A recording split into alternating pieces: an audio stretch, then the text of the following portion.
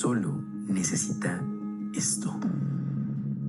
Porque el hantavirus no llega como en las películas. No hay mordidas, no hay sangre, no hay síntomas extraños al principio. Empieza como una gripe y cuando te das cuenta de que no era gripe, a veces ya es demasiado tarde. La historia moderna del hantavirus empieza con la Guerra de Corea, en la década de los 50. Miles de soldados comenzaron a enfermarse con algo aterrador que nadie entendía. Fiebre altísima, hemorragias, fallo renal.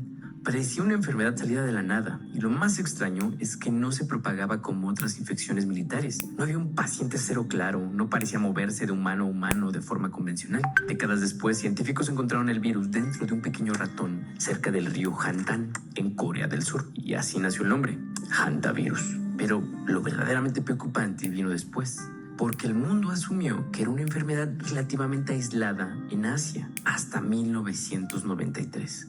Cuando Estados Unidos descubrió que el virus ya estaba en América y llevaba ahí muchísimo tiempo. En 1993, en la región de Four Corners, la zona donde cruzan Arizona, Utah, Colorado y Nuevo México, empezó a pasar. Jóvenes completamente sanos comenzaban a morir de forma extraña. No ancianos, no pacientes inmunocomprometidos, eran personas jóvenes, fuertes, activas. Todo comenzaba igual.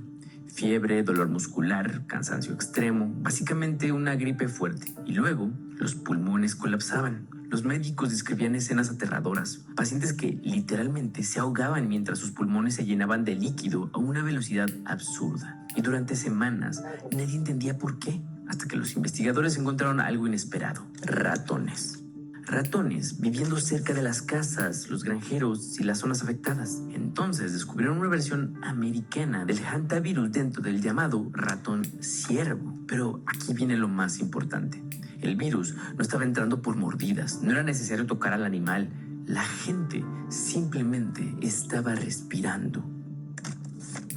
Aquí viene la parte más importante de toda esta historia. El hantavirus casi nunca ataca.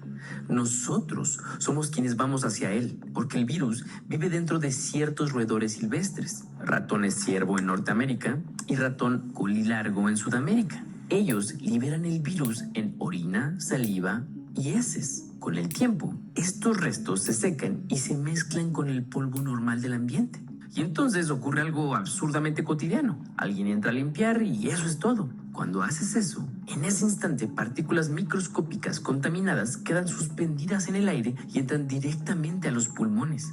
El cuerpo humano simplemente no está preparado para eso, porque mientras otros virus aprendieron a transmitirse entre personas, el hantavirus evolucionó para sobrevivir en ecosistemas silvestres.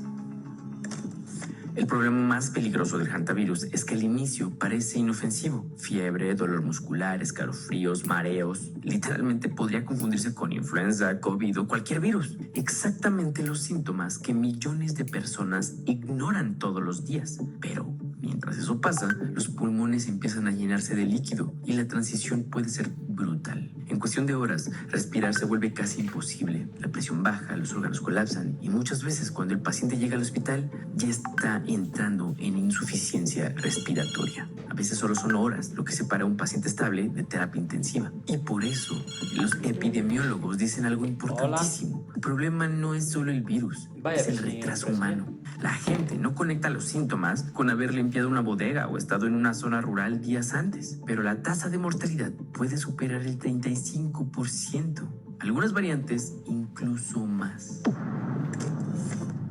Durante mucho tiempo el mundo creyó que el hantavirus no podía transmitirse entre personas hasta que apareció una excepción, la cepa Andes, detectada principalmente en Argentina y Chile. Y esto cambió completamente la preocupación de los epidemiólogos, porque sí existen casos documentados donde una persona contagia a otra por contacto cercano. No es tan contagioso como la gripe, ni de cerca, pero ya hablamos de que esta no solo es una enfermedad rural. Hablamos de algo capaz de moverse junto con nosotros, en autobuses, ciudades, hospitales. Y aquí es donde la historia deja de ser sobre un virus y empieza a ser sobre nosotros, porque el hantavirus existe desde hace miles de años. Lo que cambió fue el comportamiento humano. Deforestamos zonas silvestres, invadimos hábitats, hacemos turismo extremo, construimos casas cerca de reservas naturales y además dejamos basura, destruimos depredadores naturales y creamos el ambiente perfecto para que los roedores se multipliquen. Más alimento significa más ratones y más ratones significa más virus y más posibilidades de que alguien inhale algo mortal sin siquiera darse cuenta. Lo más frustrante del hantavirus es que muchas infecciones podrían evitarse con medidas extremadamente básicas. Abrir ventanas antes de entrar, nunca barrer en seco, usar cloro, usar mascarilla, guantes, sellar grietas. Y todo eso suena absurdo hasta que entiendes lo siguiente. No existe una vacuna realmente efectiva. No existe una cura específica. Cuando el virus entra en fase pulmonar, los médicos muchas veces solo pueden intentar mantenerte vivo. Al final, lo más peligroso de todo no es el virus, es la confianza humana de pensar, esto nunca me va a pasar.